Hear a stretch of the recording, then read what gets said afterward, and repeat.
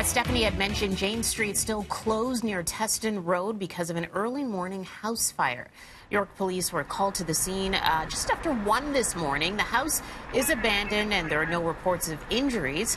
The fire is in an area that doesn't have hydrants, so crews are having to shuttle in the water. Toronto fire battling a 2-alarm blaze last night that gutted the first floor of this abandoned building. Flames broke out just before 7:30 and took a couple of hours to extinguish. It happened near Weston and St. Philip's Road, just south of the 401. No one was hurt. The cause now under investigation. A TTC bus rear-ended by a car early this morning near Finch and Birchmount. This happened around 12:30 this morning. Nobody involved was injured, despite the blue sedan having significant front-end damage. The mess has now been cleaned up just in time for your morning commute.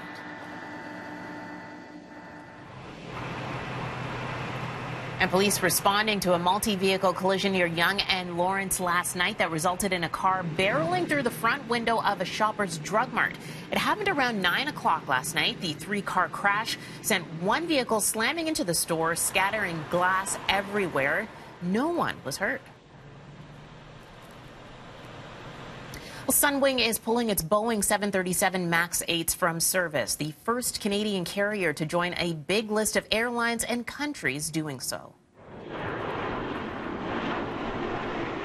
The Etobicoke-based company has 4 of them. Sunwing says the decision is not over safety concerns, but because of airspace restrictions. Air Canada has cancelled flights to the UK because of those restrictions, but it's not suspending the planes, neither is WestJet. This all comes after 2 deadly crashes within months.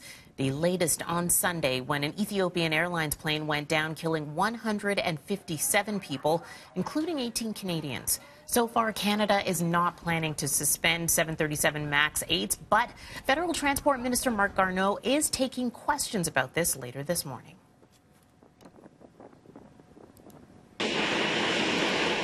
The U.S. also not grounding them, despite reports at least 2 pilots flying domestic routes experienced sudden sharp tilting down after going on air autopilot. They recovered quickly in both cases, but the incidents were filed with the federal government. More than a dozen countries are suspending those planes. Among the latest to do so, the European Union. Those decisions are being welcomed by pilots' associations, including in New Zealand. Clearly there's enough doubt in the CAA's mind that they're taking a conservative approach to this one.